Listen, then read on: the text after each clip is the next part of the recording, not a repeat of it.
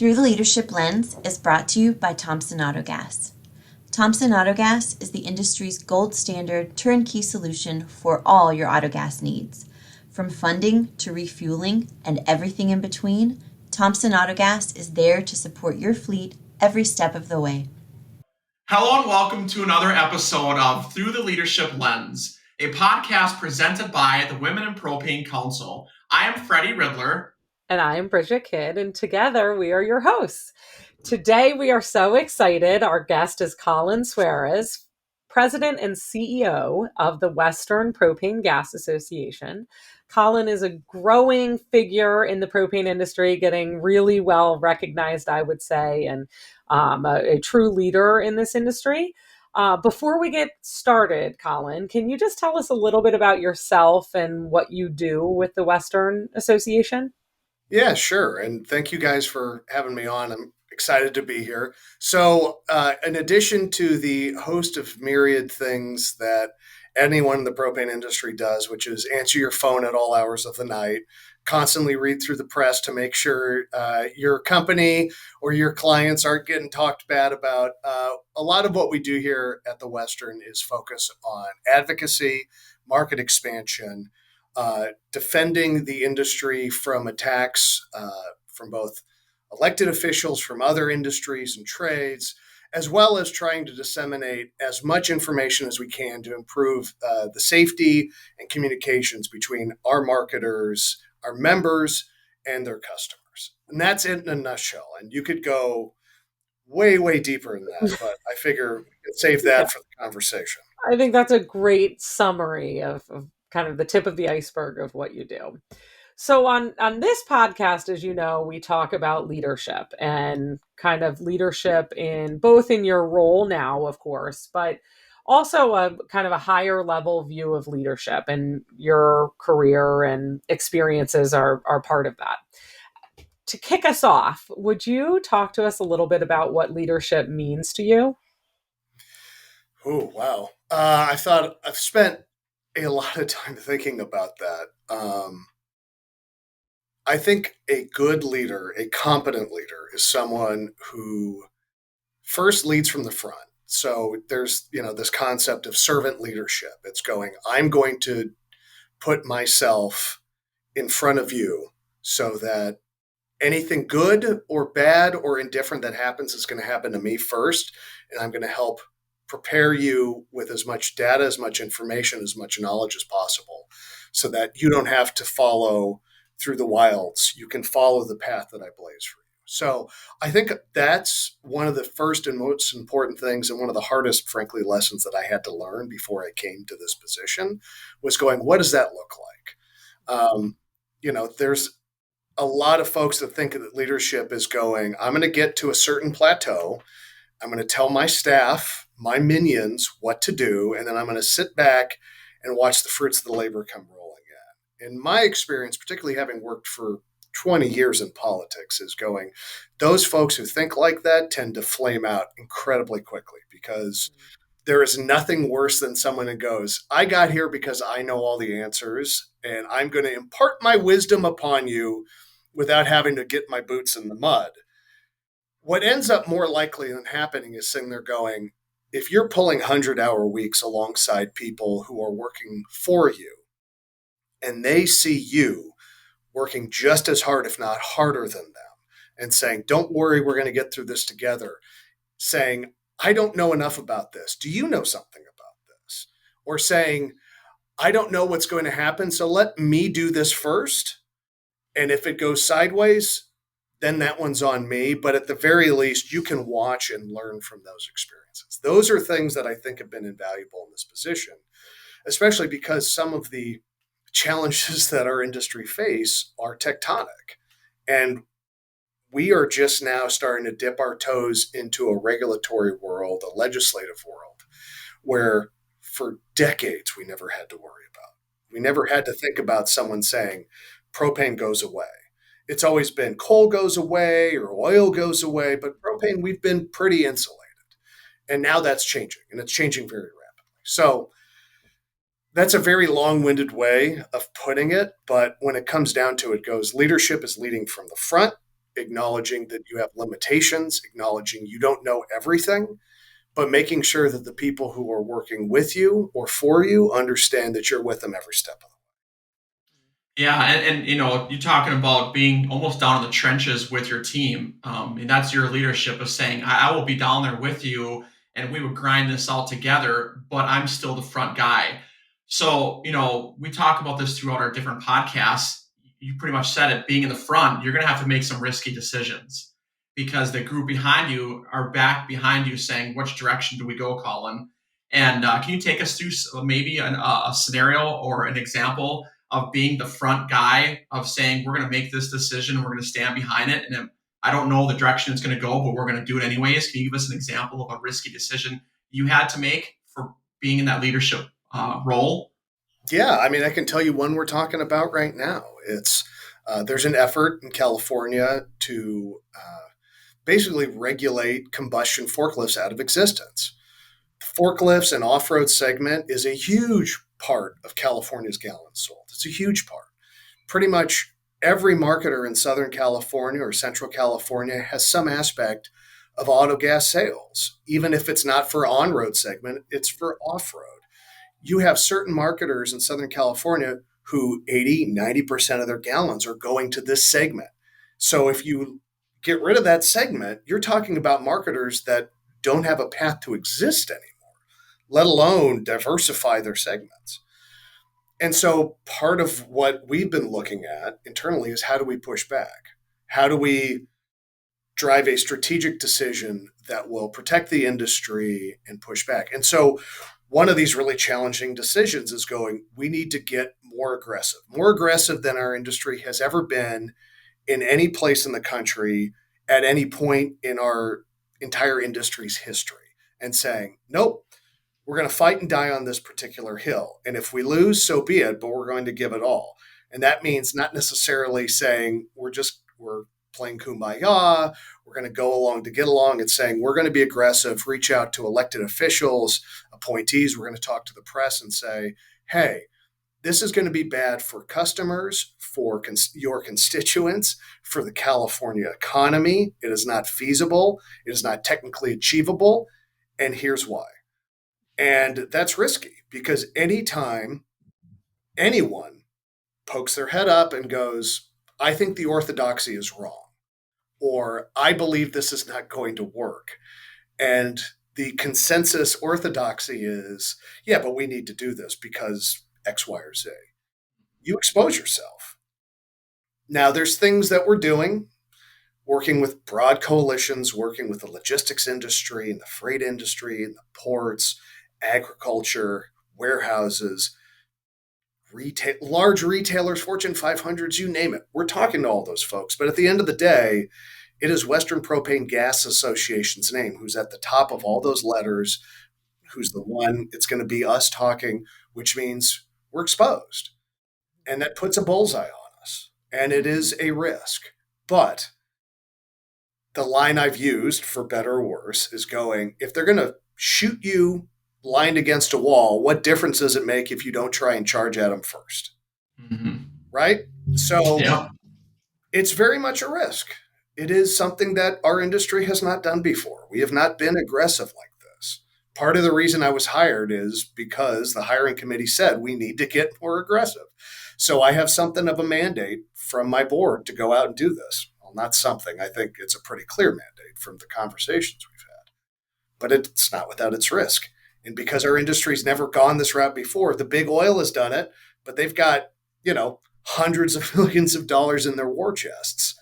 Their footprint geographically is slightly larger than ours because of the size of their refineries. Their employee base is larger.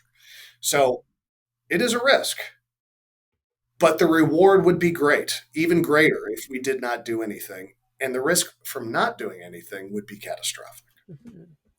What about, Colin, when you talk about that, what when you look at your experience, because you're not from the propane industry, right? So you've got a long career in public affairs and outside of the propane industry, right? So when you look at those people who have been influential in this confidence in making this risky decision, right? So that's a bold move, right? And a decision that the folks in California agree with, I'm assuming.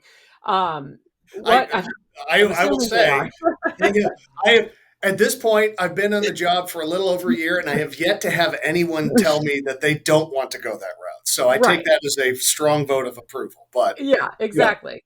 But what are the qualities and characteristics that you found in people in your career, personal, professional, Hmm. that you emulate to be so confident in a decision like that?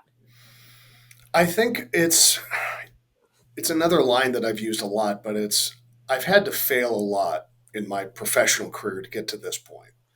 And Hmm. if I had had this position even 3 or 4 years ago, I don't think I would have been as prepared to take on the challenges that I am right now. So I think the biggest lesson I've had to learn is that failure is not good, but failure is can be a positive development if you take it in stride and assume that nothing is ever the end. You know, what's Shakespeare line? All past is what's past is prologue. You really have to take that to heart because if you work in professional politics or government or public affairs and you work on behalf of industries or companies or nonprofits, you're going to lose. You're going to lose sometimes quite a bit. You're never going to win absolutely everything. And anyone who thinks that they can win everything is, I kind of laugh. I go, oh, that's pretty naive. Um, so let's say you spend millions of dollars and years of your life trying to get something done. I'll use a perfect example. Poseidon Water used to be a client of mine. Poseidon Water is the largest desalination company in the West. They have one very large 1 million gallon a year desalination facility in Southern California. They're trying to get a second one built, and that's when they hired my company and I came on to manage it. I spent 4 years of my life trying to get that thing built. The company spent 15 years trying to get it built in the southern coast of California. Hmm. Millions of dollars in advocacy, going before every board and commission, lining up local elected officials, state elected officials, dedicating every ounce of energy that the company had through its staff and its consultants to get something done. And after 15 years, they finally said, we got to pack it up. We're never going to get it done. That's incredibly disheartening if you take that as on its face value, just of like the, well, we tried, we failed, we lost. But I had the luxury because I was just a consultant, I wasn't in house, and I'd left before the final axe fell. Um, I got to sit there and go, okay, I now know for something like this what I don't want to do, what does not Hmm. work. You think you can get a handshake deal with someone. Okay, nope, we got to get them in writing. And so it's taking those very valuable lessons from failure and going, Hmm. all right, I now know what is not going to work the next time. Or I wish Hmm. I had done this thing just a little bit different. Or I can get all of these groups on board, but if I don't have this group on board, then the rest of it doesn't Hmm. matter. And it's learning from that failure, I think, has been the single most instructive aspect of my career. And it also Yeah. allows me to sit there and say, okay, I also know now if I do fail in one aspect, the game is not completely up. I just know I have to reorient, find another approach angle, come at it again, and going Hmm. again and again and again until either you have no chances left or you manage to get some sort of success. Hmm. Yeah, I always tell my kids it's a great saying. There's a reason why we fall is to learn how to get back up, and that's everything you do in life. There's nothing. I mean, you learn how to walk without. You can't learn how to walk without falling down first. You can't learn how to ride a bike without tipping over. That's it's fun to hear like the stories you're telling about that leadership isn't something you just get. You got to earn it, and you have to fail to get to that end result, and you have to Well, learn from failing. and I think it's even bigger than that. It's the same thing I've imparted on all my staff I've ever managed over the years and going, don't assume success perpetuates success. Just because you won once doesn't mean it's going to happen in perpetuity. There's lots of times where, even back in March, we had the Bay Area, we had a huge victory for this association, one of the first and biggest since in my tenure, which was the Bay Area Air Quality Management District, which is the regional air board for the 9 super liberal Bay Area counties in California, like think San Francisco, Oakland, that area. They had a rule that was going to establish a ban for retrofits and remodels. So not just new construction, but Hmm. all space and water heating equipment for gas fired space and water heaters beginning in 2031. We managed to carve propane completely out of it. As a matter of fact, the chair of that committee, and it's 24 local elected officials, the chair said from the dais, along with several others, going, "We don't want to touch propane. We realize it's a different animal. We're just going to talk about natural gas." That's huge. That was Hmm. huge. But my very next message coming to my board after we talked about that and is going, yeah, yeah, yeah, that's great. We always like carve outs, but it's still bad policy. We still think it needs to get fixed. And if you assume every other local or state air board is going to do that and follow that lead, it's a fool's errand. That's all right. Mhm. We got a good, we got a runner on base. Now we can start moving and going, how do we advance that runner? How do we take the next steps? And that's, I think, as a corollary to the failure is not the end, success isn't the end either. Mhm. Assume absolutely everything that you're doing is just steps down the road. And that is something that is incredibly hard for humans, not just people in leadership positions, but any human. You want to sit there and go, we did it. There's always a next season. There's always another game. There's always something coming up next. Hmm. Mhm. Um, and that does make it difficult for someone like in my position who is very 24/7 kind of hardwired for these things to ever be able to just kind of unplug a little bit. And that's a whole nother coping skill of how you learn to just kind of take a break and take a breather. Mhm. Um, that again has taken me 20 years. That's another podcast. That's a whole other podcast. Um, but I think it's great. It's you sit there and go, look, nothing's ever set. There's nothing ever that goes, well, that's it. We can Mhm. kick back, relax. That's the end of it. There's always something good or bad coming next. And as long as That's you, what we talk a lot, Colin, about, yeah, and Colin has kids too, but about the corollary leadership situations in your family as well as in your workplace, right? And yes, people always said, as a young mom, you got to remember the bad times are end; they're short lived, but so are the good times, right? Like you Hmm. got to remember it all. It's all cyclical and it keeps coming. But so, Colin, you've talked a lot about, I would describe it as tenacity in leadership and in your role, and kind of leading from the front. But who has been somebody influential in your life that has served as a leader? oh, I'm really lucky. I've had a number of exceptional mentors. It's also something that's interesting is I've seen the mentorship model, particularly in like government and public affairs, kind of going by the Mhm. wayside.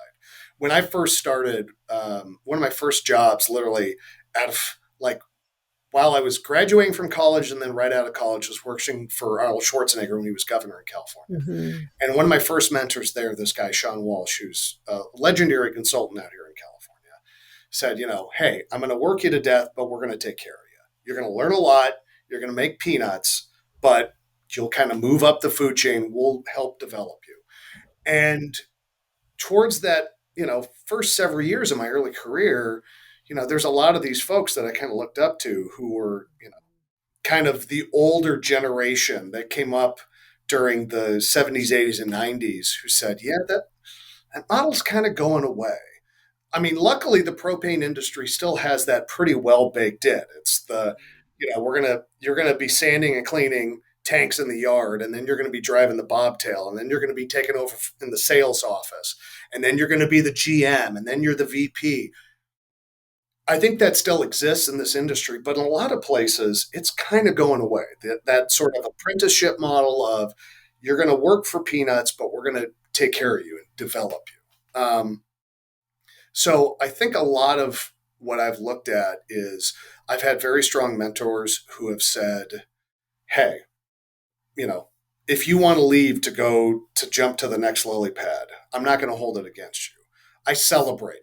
The whole point of it is going, I want to train you so that one day, if I leave, you take over for me, or if I'm not going anywhere and you get a great opportunity, I want you to go. And I've taken that really to heart, which is the concept of I'm not holding on to you because I want to be able to, you know, use you like a sponge, wring you out for all of your knowledge and all of your experience and all of your hard work, and then throw you on the counter to dry.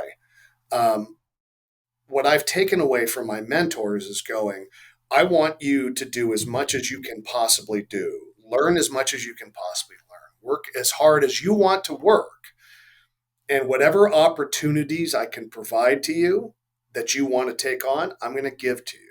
And that's something I've tried to do with the folks who've worked for me. I said, I'm never going to give you so much work that you're drowning.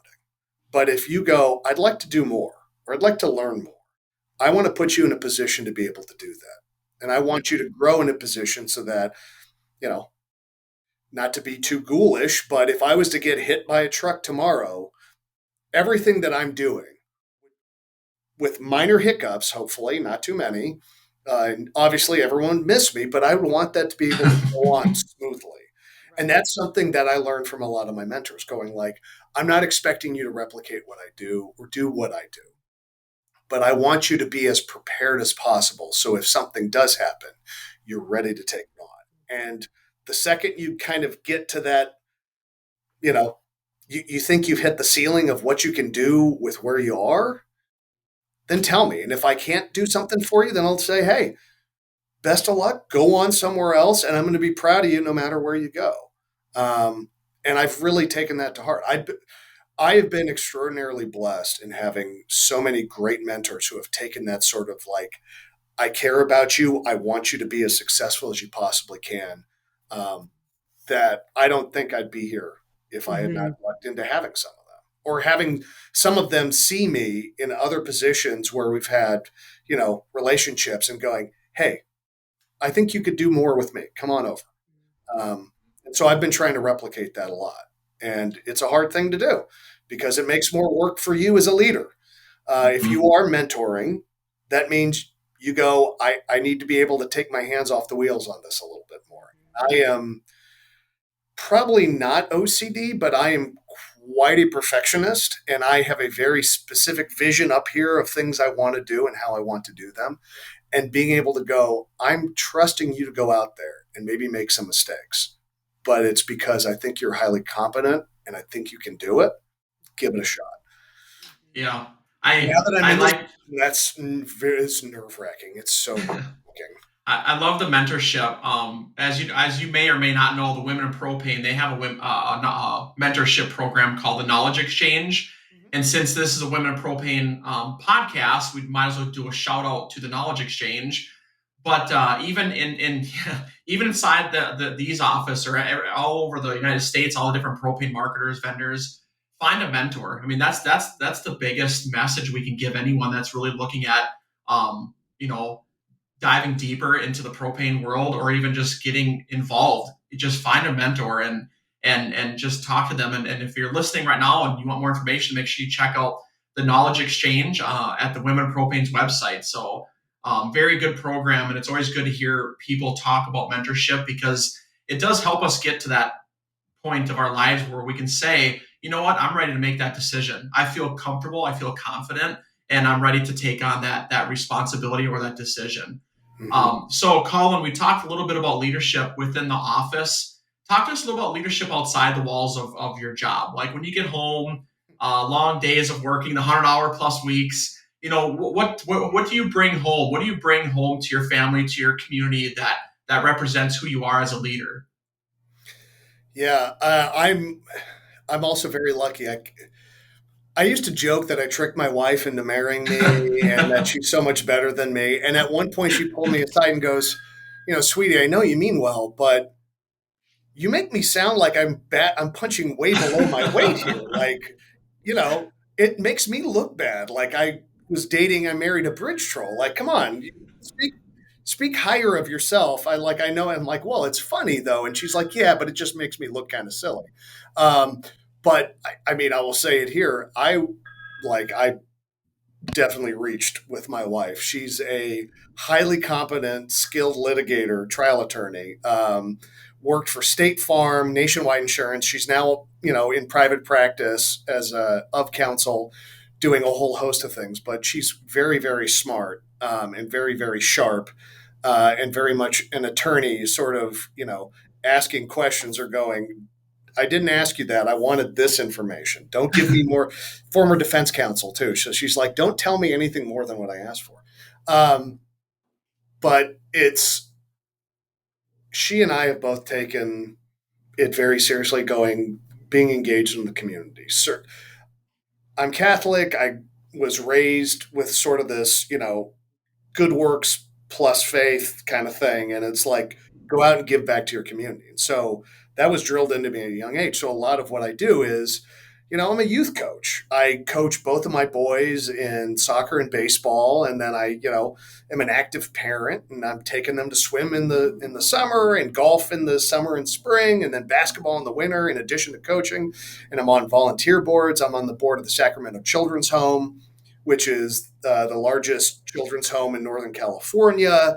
And it's kind of one of those things where once you start getting that mindset of going, I want to do more, I want to achieve more, I want to allow folks to see through me what can be achievable.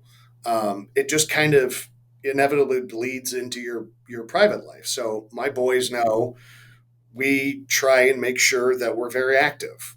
We try and make sure that we work with our community. We're kind. We give back.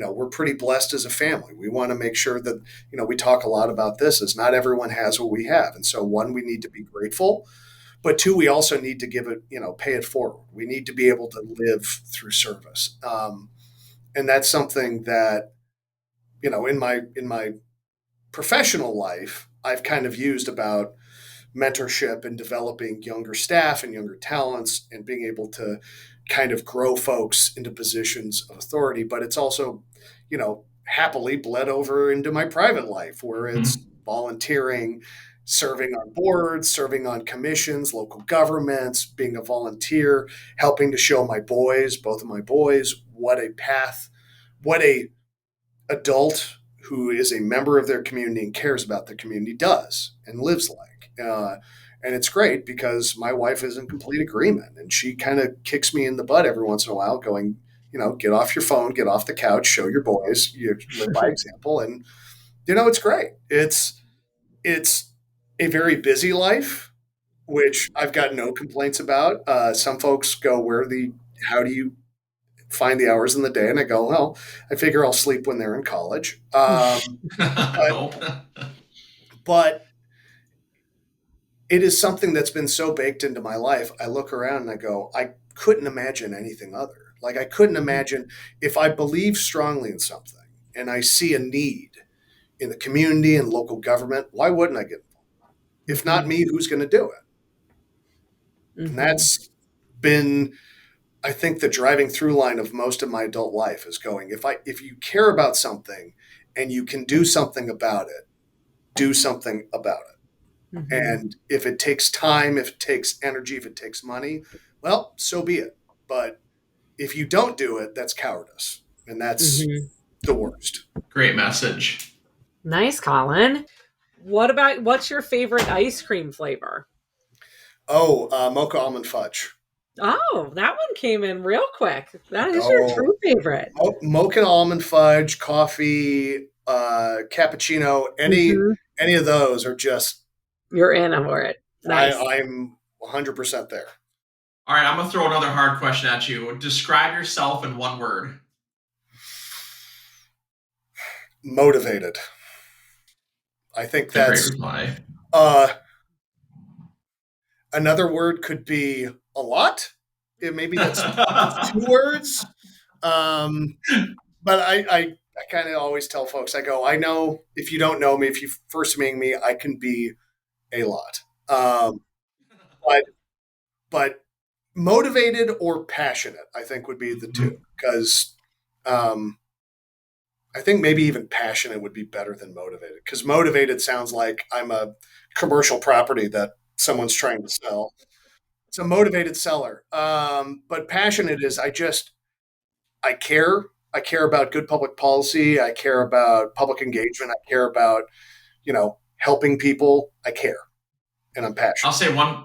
I'm going to weigh in one thing for Bridge asked a question. I actually used that. Somebody said, "How do you stay so motivated?" And I'm like, "I'm passionate about what I do."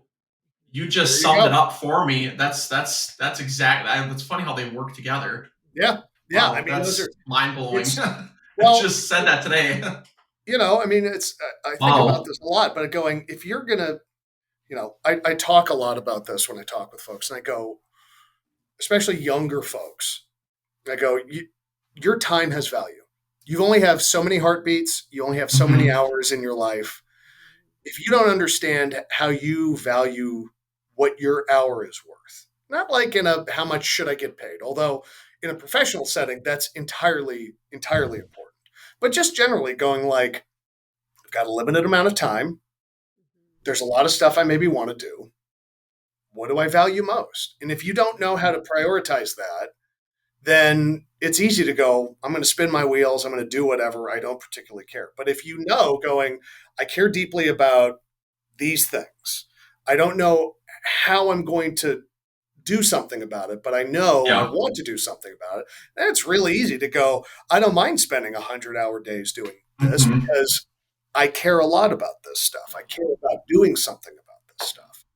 Well, we Um, always talk about, I talk with a group of good friends of mine locally here, that if you're going to spend that much time away from your family, away from your friends, you better be Hmm. excited about it and you right, better want it to be the best you can offer. Because right, otherwise, Hmm. what are you doing? right. Right? You Hmm. Like just want that there's time. lots of jobs I've taken over the years, and a lot of clients I've taken on because it's a nice paycheck.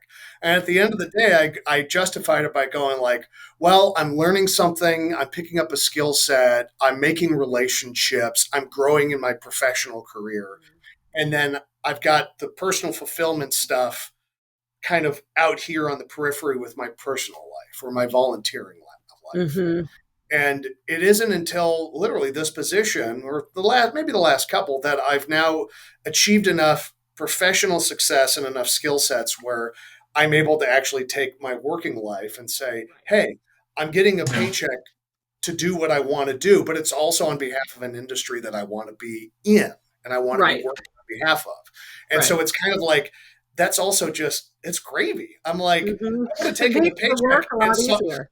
yeah, I would have taken the paycheck and sought personal fulfillment through various different other means, like I've done in the past. But now I Hmm. get to have it both. It's great. Hmm. Yeah. Yeah. Thought of a book title. Uh, Yes. didn't know when to quit. The Colin Sueyres story. Yeah. That's great. That's That's great. awesome. Didn't All know right, when to my last quit. question, because we've talked a lot about work and drive and all of those things. What is your ideal vacation? I love Lake Tahoe. I love those who are not familiar for places far east of the Rockies in California.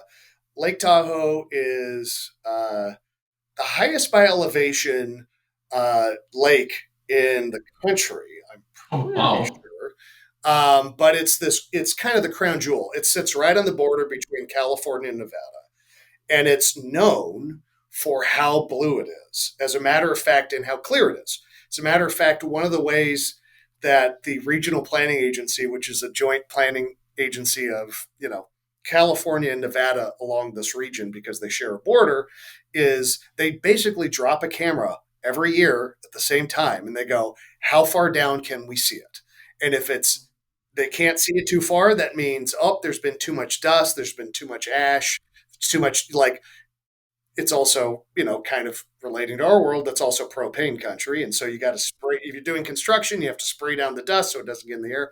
But North Shore and West Shore of Lake Tahoe is my happy place because you go there, it's unfortunately through the pandemic had an influx of, folks Yeah. from the area who were buying up multi-million dollar houses on the lake. but there's still pockets of it where it's like you go up and you sit and you're amongst redwood trees on this gorgeous lake where you can just sit around and relax. There's, small mom and pop shops that have still been in operation for generations. You see all these families and all these friends of yours that you've got from Northern California. You only see a couple of times a year sometimes. And it really is. It's just kind of like I grew up going to the California Central Coast in Santa Cruz, which is another amazing place, and then Lake Tahoe. And those are my happy places. You put me there, you put a beer in my hand, and you go, you only need to check your phone once every couple of hours because hopefully you've got a competent enough team surrounding you so that you can actually unplug a little bit. And it's great. Mm-hmm. I just turn off my head to the extent I can turn it off. Sometimes I can't. But that's my happy place. Yeah. That or Cabo San Lucas, Mexico. But Cabo San Lucas, Mexico that's a different kind of vacation. It's a different kind of vacation. Yeah, we've got a timeshare as a family. We go every year for a week, and that's also great. But that's like having a mudslide sitting, next to the Sea of Cortez. Like it's a slightly different animal. Very different, but both sound fantastic. Yes. Sound like a commercial. Visit Lake Tahoe, Collins Way. I have been trying, like by hook or by crook, to get propane industry folks to come visit Lake Tahoe because Lake Tahoe is also, because it is an hour and a half drive from Sacramento, so it's relatively close and easy to get to. It's hosted a number of sort of think tanks and policy workshops and retreats, and it's all of these really well-heeled folks coming to talk about tech policy or pharmaceutical policy or massive economic policy. And I always want to sit there and like get these people in a room and go, yeah, and your home is being heated now by a propane tank provided by one of my marketers just right outside. And so, it's one of those things that, again, it kind of touches on one of these issues that I'm trying to get our industry interested about, which is we are everywhere. We're ubiquitous. Even if it's natural gas or home heating oil or someone else doing the space and water heating, there was a warehouse that was getting you dry goods using a propane forklift to move it there. Or there was someone who was refining some of that tomato sauce at that restaurant you love. That was refined using, propane heat. Or a combined heat and power system is powering that hotel that you're staying at and that hot water you're using. Like, it's the kind of thing that's where folks, unless they are very, very dialed in on energy, most folks, energy is I flip a switch, the lights turns on. Yeah. Or I turn the thermostat and the heater kicks in. They don't think about it. And Tahoe is also one of those just little microcosms. They don't realize how ubiquitous we are. And if they did, they go, oh, wow, you really are everywhere. Go, right. So now let's have a deeper conversation about why you want to try and stick the knife in the belly of my industry. How about it? Yeah. Well, Colin, I think that pretty much wraps it up. Thank you for joining the podcast with Bridget and I, the Women Propane Council. Bridget, any closing remarks or anything? No, thank you so much for coming. It was so nice to chat. And I will give a plug for the Western meeting if it's in Western Convention. If it's in Reno, real close to Tahoe. Yes, it is. So Reno is just about. It has a major international airport. It's about an hour and a half drive away from Lake Tahoe. So those of you who are so inclined, if you want to come in Reno, second week of May, 2024, and then stay in Lake Tahoe, it is a 30-minute drive away, 45-minute drive away. So really easy. Not miss it. Perfect. Yep. Yeah. Way to plug it. Well, Colin. Thank you. Thank you. Absolutely. Thank you for having me on. Appreciate it. This has been another episode of Through the Leadership Lens presented by Women in Propane. Be sure to subscribe, download, and share with a friend. To learn more about Women in Propane, visit us on Facebook, Instagram, or online at www.womeninpropane.org. I'm Freddie Riddler. And I'm Bridget Kidd. Thanks for listening. Until next time.